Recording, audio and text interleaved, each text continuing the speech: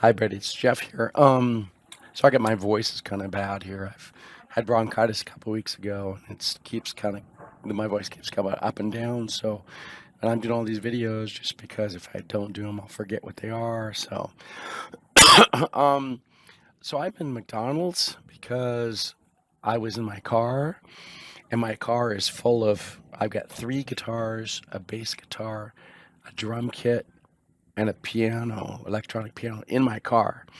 So I decided not to do this video in the car because it wasn't enough room to actually put the computer somewhere to do it. So I got to do a rehearsal this afternoon. So I got to have all that equipment in my car. Sometimes I put it in the back rack too, but so we'll figure that out. But so this video is a response to a really great podcast. I'm trying to remember. This is called the Translation Company Talks, where Thomas Edwards recently did a talk about LSP, language service provider sales structure and sales in general. And he sent me the link to it because we talked yesterday, and I watched. I thought this is great, so I want to walk through and give my comments about what I think was really great about the podcast. And so I'm going to start with storytelling versus pitches because you mentioned you don't want to just give a pitch, you want to do storytelling. So I'm going to tell a story in doing this. I've made a bunch of points actually on my phone, but I can see it on my computer. But I'm going to tell a story while mentioning what he did because this is really key. Sales is all about telling stories, not just giving pitches. You got to have your pitch framework. You got to have your outline so you can do it in 30 seconds. Sometimes you got to do a pitch in an elevator, in a lunch line, or whatever on the street. But the key thing of selling is, like he said, listening to the people.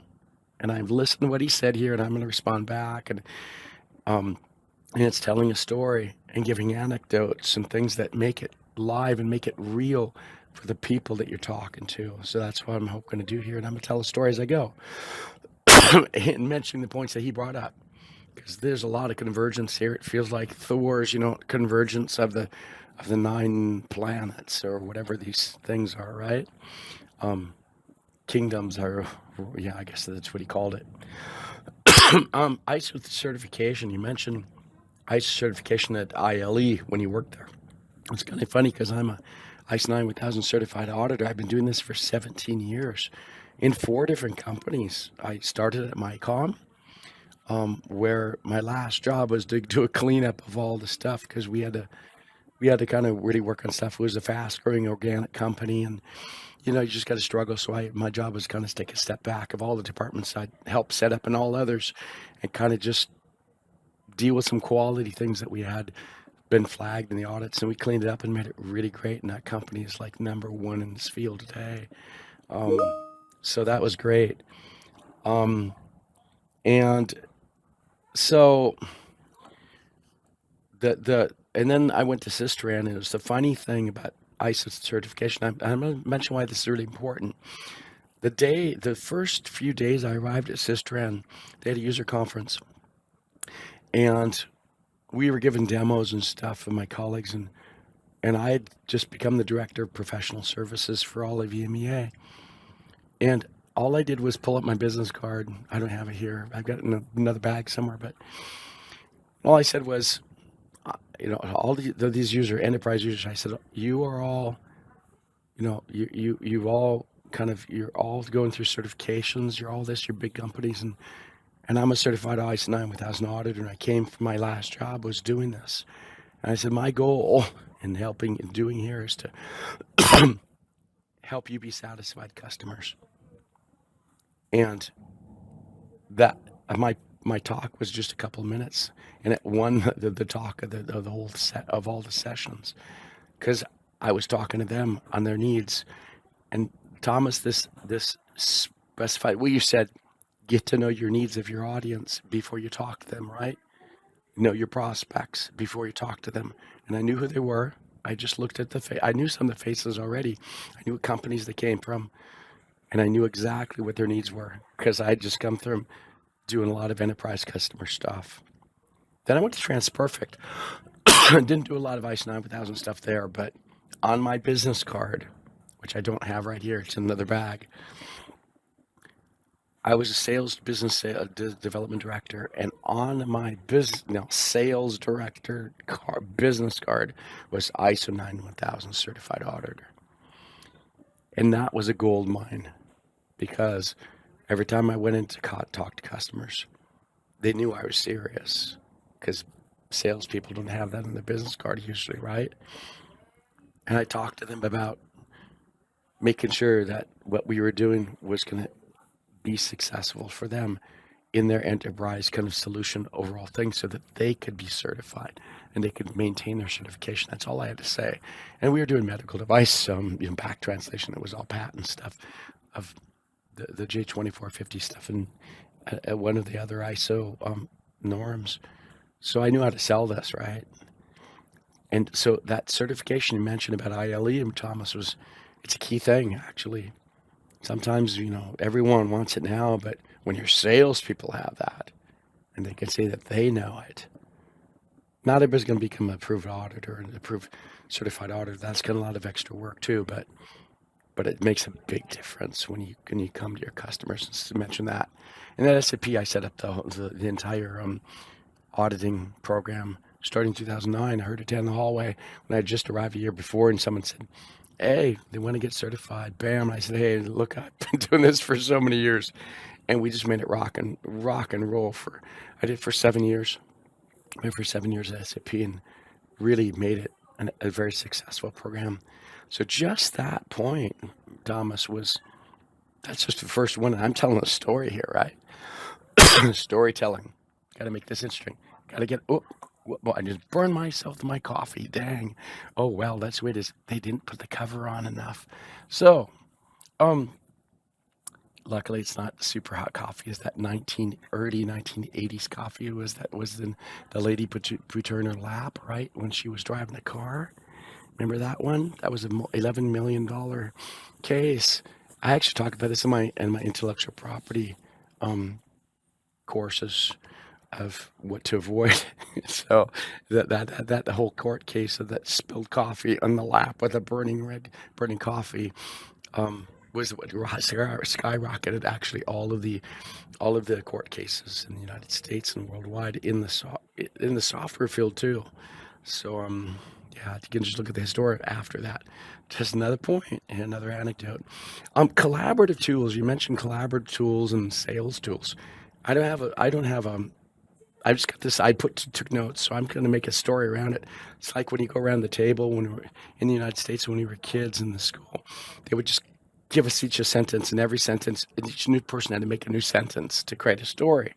So I'm going to do this just with a couple of points, a few points that I took as I was, listening to the podcast right afterwards, because you forget these things, right? So collaborative tools, sales tools, CRMs, customer relation management tools. I've used a few of them. I've used Salesforce. SAP's got their own CRM, right? So called CRM. And these are really key. They're really key. And the whole thing you talked about having a target and a quota, goals. This is key, Thomas. This is just key stuff. Great stuff. I mean, you're right on. You got to give people goals, and then they got to work on it. Then you mentioned cold calling and being really the successful part of a salesperson. There's a lot of debate about this. And when I was TransPerfect, I arrived, and the first thing you want to do is the cold calling. And I was a director, right? But everyone had to do cold calling. And in 20 months, we had to make 20 cold calls per day and 200 physical letters per day, but 20 cold calls that were logged in the CRM, right? Answer with the 200 letters. But the 20 phone calls were logged in the CRM every day. 20 months. That equals 8,000 cold calls. 8,000. And a cold call is a cold call, not a warm call. Cold call. And you get really good at doing pitches, right? Because you got 30 to 45 seconds max to get that person's attention. And they've all been qualified first, right? So I did all that with LinkedIn. That's another story. That was in the Expansion magazine. I talked about it. um, then you talked about the sales boot camp, and that's a great thing, having people in the salespeople come in and have a boot camp. TransPerfect call it the sales farm, right? Um, and it's really key getting to have the salespeople really know things, especially if you got people outside the field. That's really key. If people haven't worked in the field, now I was kind of lucky because I'd worked in production. I'd worked in a lot of the different areas of the tools and the services before I went into sales of that. So, and I'd done sales before in other companies too, in professional services, but it was really key. I knew the thing inside out. But when people don't, it's really important to have them understand it, because then they're able to talk about it and answer questions when they're in front of the customer and say, "Oh, I don't know," or "I don't know anything." A stupid salesperson, right? That's usually the reputation, but the goal is to be able to be more of a consultant, right? And the consultant knows his stuff or her stuff. So, another thing, you'd mentioned world crises. Again, I'm just kind of walking down. I'm kind of telling a story. Talked about world crises and that there are always going to be crises. And it was funny you mentioned 9/11, 2001, and you mentioned the economic crisis in 2008, 9. And it's really funny. Well, the anecdote for that one for me is um, that those two events were what kicked me out of this field. I actually didn't have a job anymore due to those two events. Actually, three events. So I've not always worked in the I'm going to call it the language industry or language field. I've worked about half my career in and out. Sometimes related, sometimes not at all.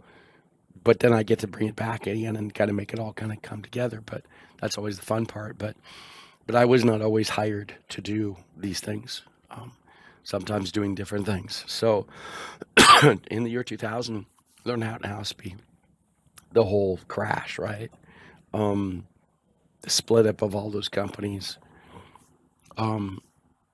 That was the beginning, and then that in and that plus 2001, 9/11 were kind of the thing that triggered me to not be working in this field anymore. So I went to work in telecom because I wasn't working in the right languages, right? I wasn't working in Arabic at that time. I'd been years before, but wasn't working at that point in time. I was working at Asian language partnerships and for systems, and it just wasn't what was needed. Bam, out. So I went and got another job, and then 2008, when I left TransPerfect and came to SAP, the first couple of days when I signed my contract, I literally came in within one day of the whole hiring freeze because of that world crisis, right? And it was a tough few months because I had to prove myself to be valuable when you're the newest person. And then we had a big layoff because of that whole thing. It was really important to show the value, so they keep me, and I'm still here, right? So, so that's kind of really important. You know, the world crisis translation is something that affects everybody, right? I could pitch translation to every. I'm looking at the shopping center here. All these things I could pitch to any of them. Well, pitch. I mean, I could apply it to whatever they're doing, and try to have their websites or content or whatever, whatever they have. They're not doing software; they're doing websites and documentation, right? So at least these ones are. So some of them might have some help stuff for the sports over there, but kind of it depends. Or or e-commerce sites, right? That kind of stuff. So another thing you mentioned was strategic account management, and this is really key. You mentioned that the thing is that a lot of time we put the focus on the salespeople, but then what we don't do in this field is do really good account management behind the scenes, the whole production cycle with the project managers, the production people, the localization experts, and all that kind of stuff, and desktop publishing or whatever these people are. They're doing production, right? And the PMs, they're making the show. Yeah, they're making the show run, right? But let's see, who sang that? Wasn't that Queen? The show must go on. Yeah. The music always comes back into play all the time. I love it. Um, but the key thing is having a really strategic account management that is really helping maintain that. And that's, I think, TransPerfect. A lot of people, you know, get, TransPerfect's got to get a bad rap for reasons. But when I worked there, I'll say that I made sure that because I was an ISO 9000 certified auditor on top of it, I made sure when I sold my stuff to my customers, I followed that account all the way to the end with my PM, who is my account manager too. And I made sure that everything from A to Z was perfect. And if there was any issues, and there was, I came in and I said, we're going to change that translator because they don't know what they're doing on that topic. And I said, if you don't change the person, I'll do the translation, right? So it's really, and like you said, it's important for the salespeople not have to do that. I did it just because of my credibility, reputation, and the thing I was building up this business of this brand new startup activity in TransPerfect in the France office at that point in time. But it's really key to have the fact that I worked in tandem very closely with my account manager PM, or kind of helped her in her PM role, but to do this, really make sure that the account management was there. My customer, I had one of my main projects of new business, got it started, and then there was an RFP. They started an RFP, and we lost it because somebody undercut us. Right, another big name. I'm not going to mention any names of any of the customers or anything, but that customer kept coming back to me because we give excellent quality, and the stuff was clean, and the stuff was very, very good quality. And I don't talk a lot about quality. I said, just do it, and we just did it. And they kept coming back, even if there was someone else won the RFP, and they were popping off jobs. I mean, I was getting a lot of deals with that repeat business because we're doing it right. And that's strategic account management, right?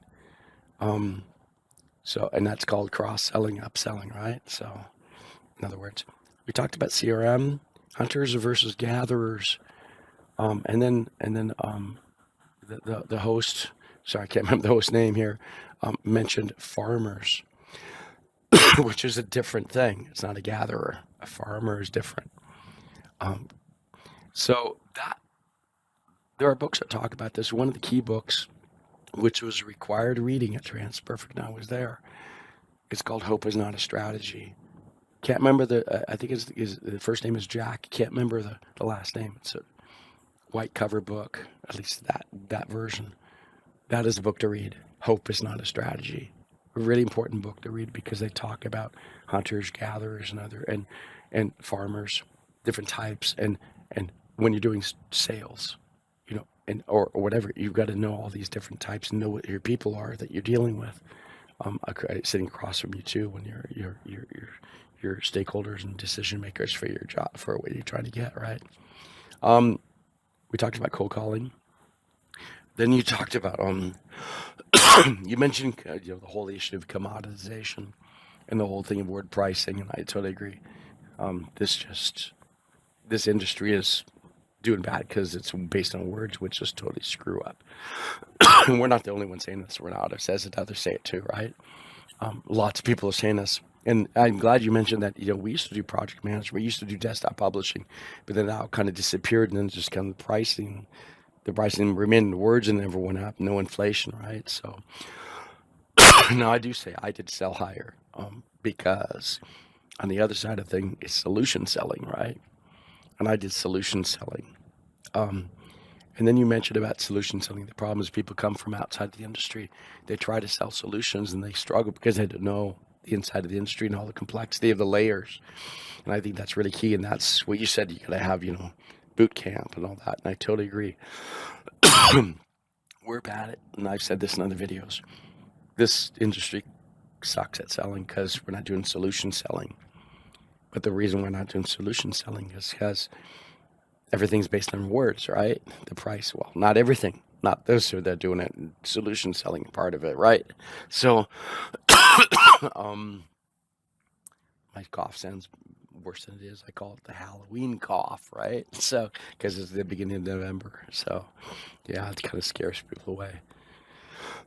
It's not just, it comes with the weather when it happens, changing weather. Kind of normal. Kind of sucks when I'm a singer, right? And a musician. Um, So solution selling versus the commoditization. It's a key thing. I did a video on the value of language, version 3. The version 3 is the best one. That was a bit of context and stuff. The first version I actually did, it was an answer to Renato or somebody else. No, it was an answer to Uwe Muga. And I woke up one morning and I saw his post on LinkedIn and I answered. I just answered it and it was kind of like, it was during COVID and my hair was kind of a mess. And just at home and whatever. So I decided to make better videos of it and explain it better. So the version 3, the value of language, up on my LinkedIn profile, my YouTube channel, is that one. It talks about the value and everything, and how fixing problems is the way to gain value. Crisis management is the way to gain value. Attaching translation, all these things to fixing problems, fixing the problems and the needs of our customers, our prospects, is giving value. And then you sell the services, and the whole thing of the commoditization versus service selling, or professional services. You're totally right, Thomas. And this is where too many people in our industry, been around. They've been kind of living in this word bubble, right? And the whole thing is kind of break out of it. But I guess my advantage was that I had been inside and outside of this industry. I went in other industries. I went telecom and did professional sales there, and professional services for training and stuff, and sold that. So I learned it from other things outside the industry and came back, and I just had all these ideas of how to apply it, right? So cross application, right? Then you mentioned, I think we're coming down to the last one here, the last point. 22 minutes. We're just rocking. I haven't even drank my coffee, but it was burned my hand, right? So you talked about the CEO, I'm going to call it the CEO syndrome of small LSPs. Totally agree. This industry is full of a lot of, it's kind of funny. I see so many people in so many conferences all saying they're CEOs, right? And it's like it's a mom and pop shop, right? So it sounds like a really cool name, right? A really cool title. So all these executive management conferences in the field have all these CEOs. That's like a small mom and pop shop. It's not CEOs of a big corporation, right? In fact, the CEOs of the big corporations don't come to those, right? In general. And I'm kind of making fun of it, but what you said about the CEO syndrome of the small, it's always the thing of usually the CEO. I remember going through a recruitment cycle with a recruiter for a job about 15 years ago, and the guy was just taking notes on this Post-it, right? This little Post-it, just making little dots. Wasn't really taking words, and he said to me, "Mr. Allen, don't ever go work for a big company. You'll get bored," because he says in French is kind of, you'll know what I'm saying here, because you grew up in France. So he said I was a commerçant, and I said, "No, I'm not a commercial," because I wasn't doing sales at that point in time.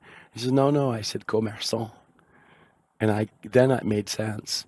I misheard it and misread what he was saying, misinterpreted, but the commerçant is a shopkeeper, right? And the shopkeeper knows the thing inside out, knows their shop, knows their retail business, knows everything from A to Z.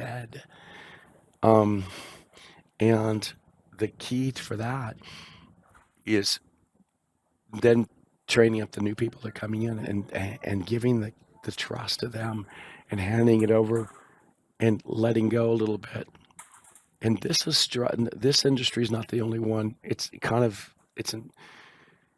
endemic to a lot of smaller ones, especially those that are trying to to just grow a little bit bigger, right?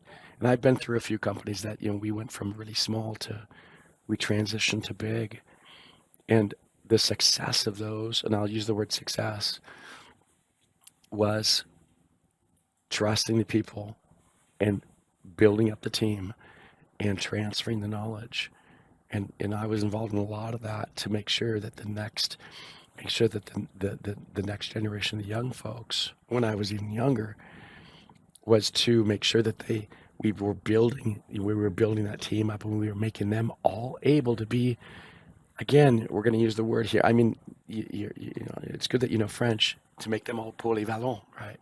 And the whole thing of being the jack of all trades, and I kind of joke about the Jeff of all trades. I say this in my LinkedIn profile.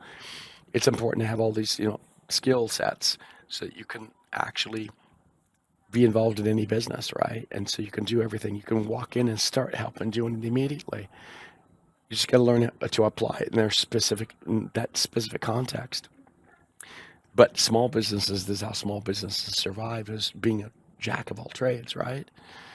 Sorry, that's the masculine name. Maybe we can call it the Jane of all trades, right? But the key here is this is kind of this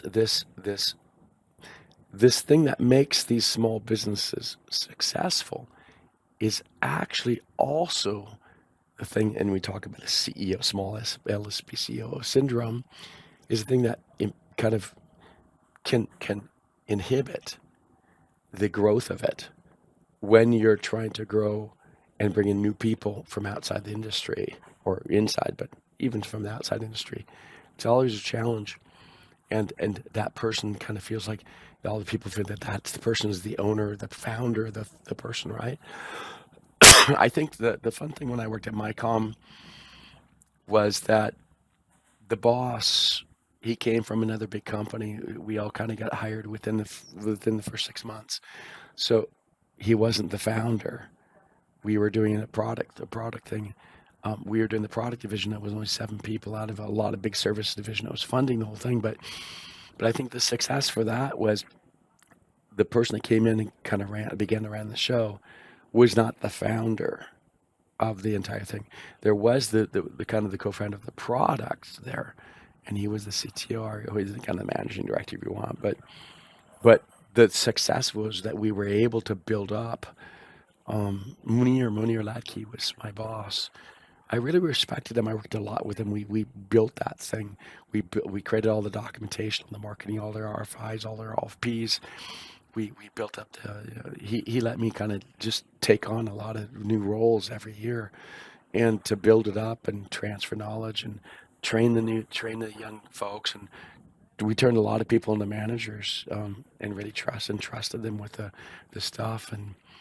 And that was really an excellent organic growth. That was great. The thing that I found, though, and I'll mention this as the last point and kind of signing off because we're at 20 or 30 minutes here, right? Was that we did struggle. One of the things we did was begin hiring people that had bigger, that had already had a lot of industry experience from big companies. When you started getting to be about 35-ish, 40 people. But the problem is that injected some poison. And I'll say that because then you're getting people that haven't been through that small growth to big stuff. And they only think of about from the big corporate stuff, and that brings politics in, right? And that politics can kind of kill a small business. So I've seen it from both directions, right? I've worked in big companies where it was big, and no, but big. I've worked in small companies, and I've worked in those that have small companies that grew big, and they brought in people from big corporations, and it didn't always work. It actually sometimes didn't. And that was a struggle. It was a learning experience, right? And that's the whole thing you mentioned about, hire what's hired fast, fire fast or something, Renato says, I don't remember the exact quote, but you got to make a good choice when you do things right. And sometimes we struggled in finding the right people. Sometimes it's really hard to find the right people outside. When I was trying to hire managers that were going to be better than me, and sometimes I hire outside, it was tough to find people, even though I wasn't even trained in that field specifically, but I knew it inside out. and finding the right people. We made some choices and it didn't always work out. And we finally find the people. But it's always a struggle. So 30 minutes here. Hope you listen to this whole thing. But your podcast is great. I injected a bunch of anecdotes, just trying to affirm and confirm that these are really important things, just from experience, and why this is all super important about, why this industry needs doesn't, I want to say it needs help. It's struggling, and we need to get beyond the struggling thing and take it to the next level, right? So I'm glad to be able to do a bunch of these videos, just give my experience and stuff. Just adding another layer on. I'm not trying to replace anybody or take anybody else's stuff. I'm just trying to add and give experience. I got a lot of gray hair now, and so I'm trying to, contribute give back to the industry. Everything I can share, I share. That's one of my key values. Collaborating, sharing is more important than hoarding it for yourself. There are times you're going to hoard your own stuff like patents and stuff, but when you give it away, everybody wants to kind of be involved with you, right? So key stuff. So Thomas, hey, great stuff. I really appreciate your podcast, and I'm sure we're going to be talking more. Since you're in France too, right? So let's keep it up. Keep up what you're doing. I really, really like it. I like the storytelling approach and the way you did it and talked about the military. I got 2 siblings in the military, and I built military translation systems, right, for the military. So I think we're going to have a good joke about that and get a laugh out of that one. Hey, great. Keep doing what you're doing, because this is great. It's going to help the industry, especially all these smaller companies, because the bigger companies kind of figured it out, right? The bigger LSPs kind of figured it out by, like you said, the acquisitions and mergers and acquisitions. That's a whole other thing. I've been through a lot of M&As. I'm living it, but the smaller ones need a lot of help and need the help to grow and figure out how to do it with all these topics we've been talking about. So thanks so much, and hope it helps. Maybe take it with a grain of salt, and love to hear the feedback on this.